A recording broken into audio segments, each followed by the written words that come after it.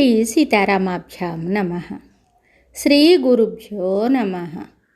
శ్రీమద్ వాల్మీకి రామాయణము అయోధ్యాకాండము 75వ సర్గము.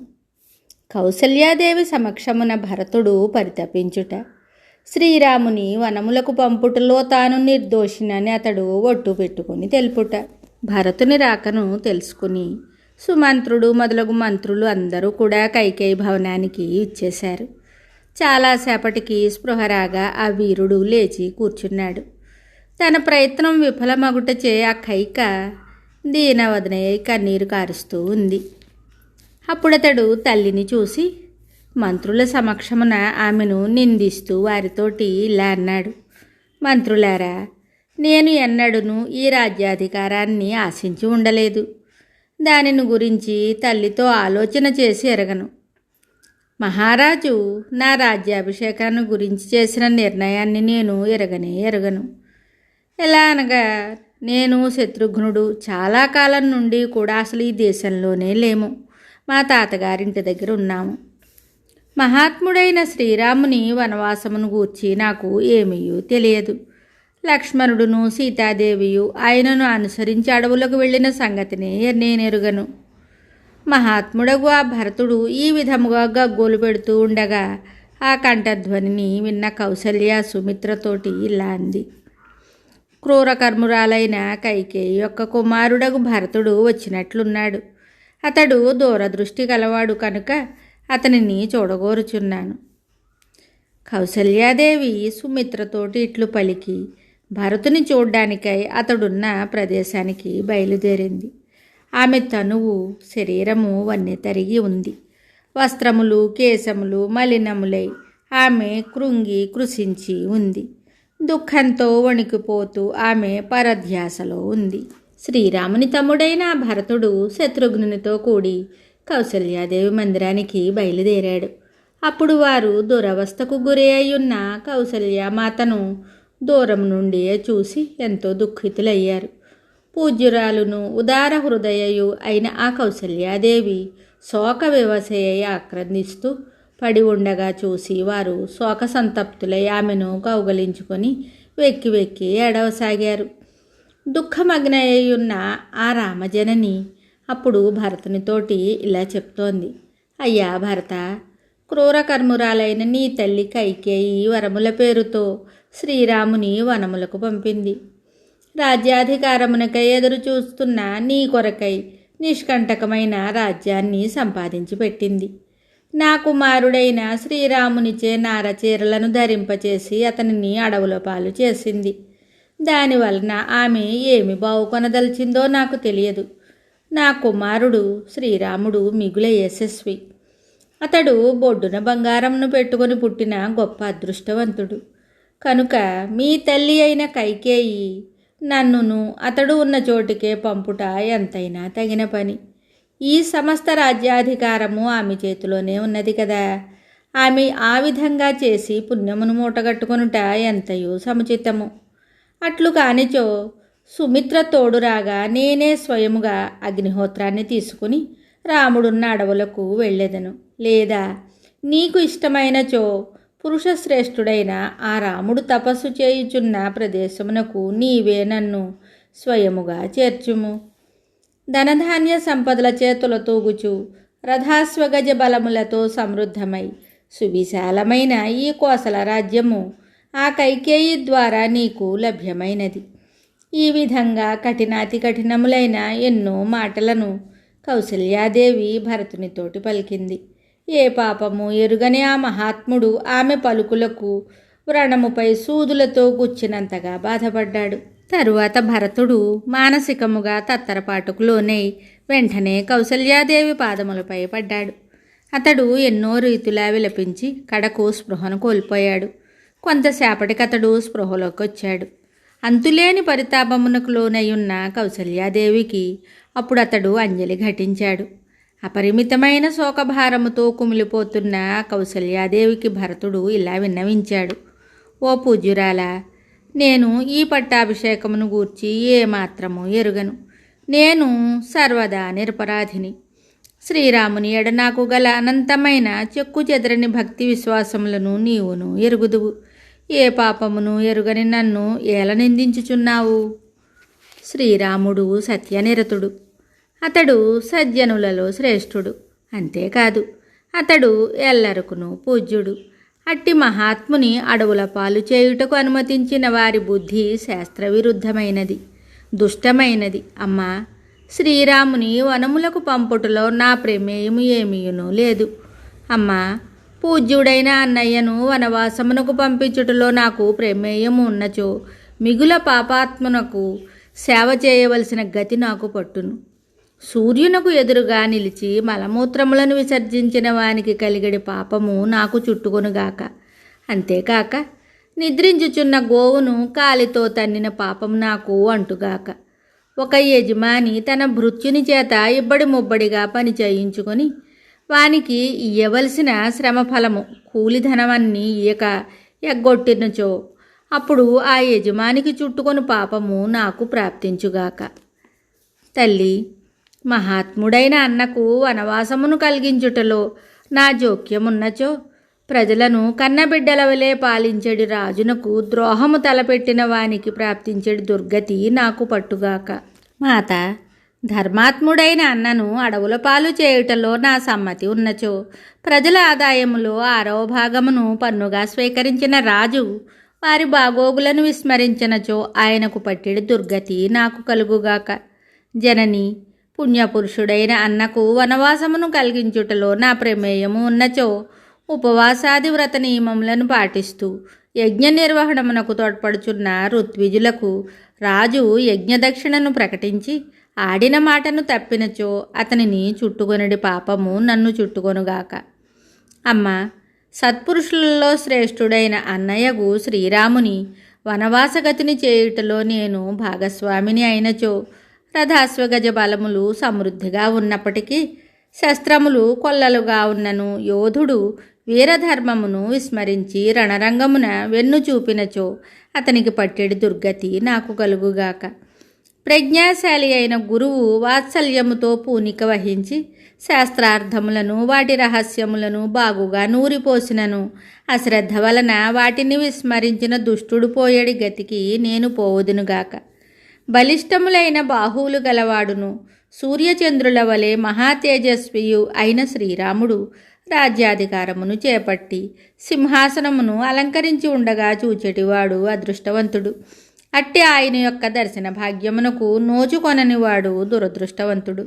తల్లి, పురుషశ్రేష్ఠుడైన అన్నను అరణ్యములకు పంపుటలో నాకు ప్రమేయము ఉన్నచో అట్టి దురదృష్టవంతునకు పట్టెడి గతి నాకు పట్టుగాక.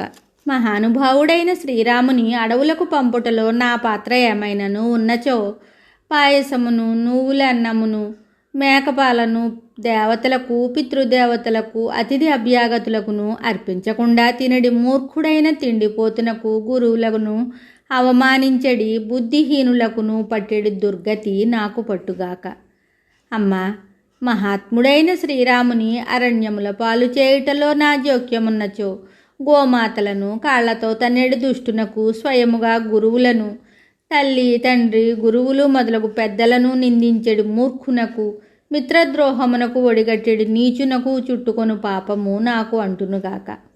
రహస్యముగా ఉంచదగిన లోకోపవాదములను తనపై గల విశ్వాసముతో ఎవరైనను తనకు తెలిపినప్పుడు దానిని రహస్యముగా ఉంచక ఇతరులకు తెలిపెడి మూర్ఖునకు వచ్చేడి పాపము నాకు కలుగుగాక. మేలు చేసిన వారికి ప్రత్యుపకారము చేయని వాడును, కృతజ్ఞుడును, సజ్జనులచే వెలివేయబడిన వాడును, వ్యామోహ కారణంగా తప్పు చేయుటకు సిగ్గుపడని వాడును, లోకులందరిచే ద్వేషింపదగిన వాడును అయిన దుర్మార్గునకు పట్టుగతి నాకు పట్టుగాక. తల్లి, ధర్మాత్ముడైన శ్రీరాముని వనవాస విషయమున నా జోక్యము ఉన్నచో తన ఇంటిలో భార్యాపుత్రులు, ఇతర పరిజనులు తనతో చేరి ఉన్నను వారికి ఎవ్వరికిని పెట్టక తానొక్కడే షడ్రసోపేతముగా భుజించెడివాడు పొందినట్టి పాపమును నేను పొందుదునుగాక. జనని, మహానుభావుడైన శ్రీరాముని వనవాసమునకు పంపుటలో నాకు ప్రమేయమున్నచో తగిన భార్యను చేపట్టక అగ్నిహోత్రాది ధర్మకార్యములను అనుష్ఠింపని వాడై సంతానహీనుడుగా మరణించెడు వానికి చుట్టుకొను పాపము నాకు చుట్టుకొనుగాక. మాత, సత్పురుష శ్రేష్ఠుడైన శ్రీరాముని అడవులకు పంపుటలో నా సమ్మతి ఉన్నచో తన ధర్మపత్నియందు సంతతిని పొందనివాడై అర్ధాయుష్యుతో మరణించెడివానికి కలుగు దుర్గతి నాకు కలుగుగాక. జనని, ధర్మాత్ముడగు శ్రీరాముని అరణ్యముల పాలు చేయుటలో నా జోక్యము ఉన్నచో రాజును, స్త్రీలను, బాలబాలికలను, వృద్ధులను చంపుట వలన కలిగడి పాపము, అట్లే విశ్వాసపాత్రులైన సేవకులను మధ్యలోనే తొలగించుట వలన కలిగడి పాపము నాకు అంటుగాక. అమ్మ, ధర్మనిరతుడైన శ్రీరాముని అడవులకు పంపుటలో నా పాత్ర ఉన్నచో అమ్మగూడని లత్తుక, తేనె, మాంసము, లోహము, విషము మున్నగు నిషిద్ధ వస్తువులను విక్రయించి భార్యాపుత్రులను పోషించుకొనువాడు పొందెడి పాపమును నేను పొందుదునుగాక. ఉభయ శత్రుపక్షముల మధ్య ఘోరముగా పోరు సాగుచున్న సమయమున వెన్ను చూపి పారిపోవుచు చంపబడువాడు పోయేడి లోకములకు నేను పోవుదునుగాక. మాత, మహాత్ముడైన శ్రీరాముని వనవాసమునకు పంపుటలో నాకు ప్రమేయమున్నచో మాసిపోయి చినిగి ఉన్న వస్త్రములను ధరించి పుర్రెను చేతపట్టుకొని బిచ్చమెత్తుకుంటూ ఉన్మత్తుని వలె తిరిగడి వాని గతి నాకు పట్టుగాక.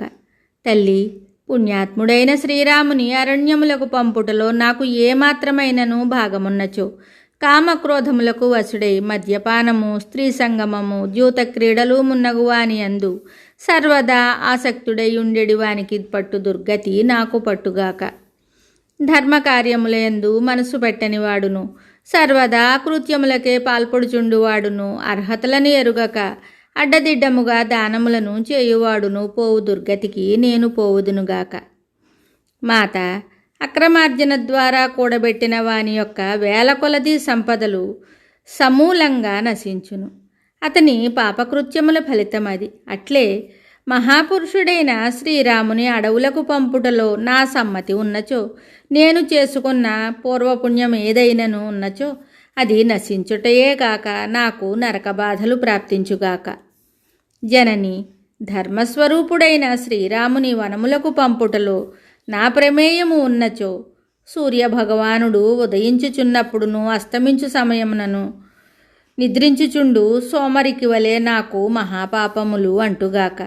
మాత, ధర్మనిరతుడైన శ్రీరాముని అడవుల పాలు చేయుటలో నాకు భాగమున్నచో పరుల ఇండ్లకు నిప్పు పెట్టిన వానికి వలెను, గురువునకు ద్రోహము తలపెట్టిన వానికి వలెను, మిత్రునకు ద్రోహము చేసిన వానికి వలెను నాకు మహాపాపములు చుట్టుకొనుగాక. అమ్మ, ధర్మస్వరూపుడైన శ్రీరాముని వనములకు పంపించుటలో నా పాత్ర ఉన్నచో దేవతలను సేవింపని వానికి వలెను, తల్లిదండ్రులు జీవించి ఉన్నప్పుడు వారికి సేవలు చేయని వాని వలెను, మాతాపితరులు స్వర్గస్థులైన తరువాత వారికి శ్రాద్ధకర్మలు చేయని వాని వలెను నేను పాపకోపములలో పడిపోవుదునుగాక. తల్లి, మహానుభావుడైన శ్రీరాముని వనవాసమునకు పంపించుటలో నా ప్రమేయము ఉన్నచో ఎన్నడును సత్పురుషులను దర్శింపని వానికి వలెను, సాధువర్తనులను శ్లాఘింపని వానికి వలెను, సజ్జనులను సేవింపని వానికి వలెను నాకు వెంటనే ఇప్పుడే దుర్గతులు ప్రాప్తించునుగాక. జనయిత్రి, నిత్యము భక్తి శ్రద్ధలతో ఆచరించవలసిన మాతాపితృ దేవతల సేవలు మానివేసి అధర్మ మార్గమున ఊరేగుడు వారికి దుర్గతులు తప్పవు. అట్లే మహాత్ముడు, దీర్ఘబాహువు, విశాలవక్షుడు అయిన శ్రీరాముని వనములు పాలు చేయుటలో నాకు భాగమున్నచో నాకు ఆ దుర్గతులు ప్రాప్తించునుగాక. జనని, పూర్వజన్మలలో మహాపాపములను చేసుకున్నవారు ఈ జన్మలో దరిద్రులై పుట్టుటయు, పెక్కుమంది పిల్లలు గలవారగుటయు, మరియు వారు జ్వరపీడితులై భయంకరమైన రోగముల పాలగుటయు సంభవించును. ఆ విధముగా వారు ఈ జన్మలోనే నరక బాధలు అనుభవిస్తారు. మహాపురుషుడైన శ్రీరాముని అడవులకు పంపించుటలో నేను భాగస్వామిని అయినచో వారికి వలె నాకు నరకయాతనలు ప్రాప్తించుగాక. అమ్మ, పూజ్యుడైన శ్రీరాముని అరణ్యములకు పంపుటలో నాకు ప్రమేయం ఉన్నచో దరిజేరి ప్రస్థితించడి వారి యొక్క ఆశలను, ఉన్నతాసనములపై కూర్చున్న దాతల యొక్క వదనములను వీక్షిస్తూ ఊర్ధ్వముఖులై నిరీక్షించుచున్న దీనుల యొక్క ఆశలను చెంత నిలబడి వేడుకొనుచున్న అర్ధుల యొక్క ఆశలను వమ్ము చేసేడి లోభులకు పట్టు దుర్గతి నాకు పట్టుగాక. మాత, సత్పురుషులలో శ్రేష్ఠుడైన శ్రీరాముని అడవులకు పంపించుటలో నా జోక్యమున్నచో ఎల్లప్పుడూ పరుషముగా మాట్లాడుతూ ఇతరులపై చాడీలు చెప్పుతూ పవిత్రత లేక రాజు తనకు ఏ శిక్ష విధించునో అని భయపడుతూ అధర్మ మార్గమున పరులను వంచుచు బ్రతికెడివానికి అంటెడు పాపములు నాకు అంటునుగాక. తల్లి, ధర్మనిరతుడైన శ్రీరాముని వనవాసమునకు పంపించుటలో నా పాత్ర ఉన్నచో ఋతుకాల నియమములను పాటించి ఋతుస్నానము చేసిన తరువాత పతివ్రత అయిన భార్య తన కడకు వచ్చినప్పుడు ఆమె కోరికను తిరస్కరించు దుష్టునకు వలె నాకు మహాపాపములు కలుగుగాక. ధర్మార్థ కామముల విషయమున ఆమె తోడిదే నా జీవితము అని 10 మందిలో వాగ్దానము చేసి పెండ్లి ఆడిన ధర్మపత్నిని కాదని పరస్త్రీలతో సుఖించుచు ధర్మ మార్గమును వీడిన మూఢునకు వలె నాకు దుర్గతులు ప్రాప్తించుగాక. జనని, పూర్వజన్మలో అన్నదానాదులను చేయకుండుట, స్త్రీలను వేధించుట మున్నగు దుష్కృత్యములను చేయుట వలన బ్రాహ్మణుడు ఈ జన్మలో సంతతిని కోల్పోవును. ధర్మనిరతుడైన శ్రీరాముని వనవాసమునకు పంపుటలో నా ప్రమేయము ఉన్నచో ఆ సంతానహీనుడైన బ్రాహ్మణునకు వలె నాకు దుర్గతి ప్రాప్తించుగాక. అమ్మ, మహాత్ముడైన శ్రీరాముని అడవులకు పంపించుటలో నా జోక్యము ఉన్నచో పానీయములను పాడు చేయువానికిని ఇతరులను చంపదలచి వారిపై విషప్రయోగము చేయువానికిని చుట్టుకొను పాపము నాకు చుట్టుకొనుగాక. తల్లి, మహానుభావుడైన శ్రీరాముని అరణ్యముల దారి పట్టించుటలో నా పాత్ర ఉన్నచో బ్రాహ్మణోత్తమునికై సిద్ధము చేయబడిన పూజను భంగపరచెడు కలుషితేంద్రియమునకు వలెను లేగదూడకు మిగలకుండా తల్లి ఆవు పొదుగు నుండి పూర్తిగా పాలు పిండుకొనిడు లోభికి వలెను నాకు దుర్గతులు ప్రాప్తించుగాక. మాత, ధర్మస్వరూపుడైన శ్రీరాముని వనములకు పంపించుటలో నా ప్రమేయము ఉన్నచో త్రాగుటకు అనువగు నిర్మల జలములు ఉన్నను దప్పికుని వచ్చిన వాని యొక్క దాహము తీర్చక అసత్యములు పలికెడు వంచకునకు పట్టెడు దుర్గతి నాకు పట్టుగాక. జనయిత్రి, పూజ్యుడైన శ్రీరాముని అడవుల పాలు చేయుటలో నాకును భాగమున్నచో వాదియు ప్రతివాదియు 2 వ్యక్తులు వివాదపడుతూ ఉండగా వారిలో ఒకరిపై పక్షపాతం వహించి వారిని గెలిపించుటకై అక్రమంగా మాట్లాడేడు పాపాత్మనకు వలె నాకు దుర్గతి ప్రాప్తించునుగాక. రాజకుమారుడైన భరతుడు పతివిహీనయై పుత్రుని ఎడబాటుతో శోకార్తయ్యున్న కౌసల్యాదేవిని ఇట్లు పరిపరి విధములా ఓదారుస్తూ దుఃఖమునకు తట్టుకొనలేక నేలపై పడిపోయాడు. ఆ విధంగా తీవ్రమైన శబ్దములను చేస్తూ ఒట్టు మీద ఒట్టు పెట్టుకుంటూ శోక సంతప్తుడై సృహ తప్పి పడి ఉన్న భరతునితో కౌసల్యాదేవి ఇలా అంటోంది: నాయనా భరత, నీ పలుకుల వలన ఇప్పుడు నాలోని దుఃఖము ఇంకనూ ఇనుమడించుచున్నది. అయినను తీవ్రమైన శబ్దములను చేస్తూ ఒట్టు పెట్టుకొనుట ద్వారా నీవు నాకు కొంత ఊరట కూర్చితివి. పోవుచున్న నా ప్రాణములను నీ మాటలతో కొంతవరకు నిలబెట్టితివి. కుమారా, నా అదృష్టవశమున నీవు ధర్మ మార్గమును వీడలేదు. నీవు సత్యప్రతిజ్ఞుడవు కావున నీవును లక్ష్మణుని వలె సత్పురుషులలో శ్రేష్ఠుడవవుతావు. మిగులు దిగులుతోనున్న ఆ కౌసల్యాదేవి ఇట్లు పలికిన తరువాత అన్నయ్యకు శ్రీరామచంద్రునిపై ప్రమాదములు గల భరతుని తన ఒడిలోనికి తీసుకొని ఆ మహాబాహువును కౌగలించుకొని ఇంకను ఏడవసాగింది. మహాత్ముడైన భరతుడు దుఃఖార్తుడై ఇట్లు విలపిస్తూ ఉండగా మోహము వలనను అంతులేని శోక కారణమునను అతని మనస్సు మిక్కిలి కలవరపాటునకు లోనయ్యింది. ఇట్లు విలపిస్తూ సృహ తప్పి నేలపై పడి ఉన్న భరతునకు బుద్ధి పనిచేయటం లేదు. అతడు మాటి మాటికి వేడినిట్టూపుడు విడుస్తూ ఉన్నాడు. ఆ రాత్రి అంతయును ఇట్లు అతనికి శోకముతోనే గడిచిపోయింది. వాల్మీకి మహర్షి విరచితమై ఆది కావ్యమైన శ్రీమద్ రామాయణమునందలి అయోధ్యాకాండమునందు 75వ సర్గము సంపూర్ణం. శుభం.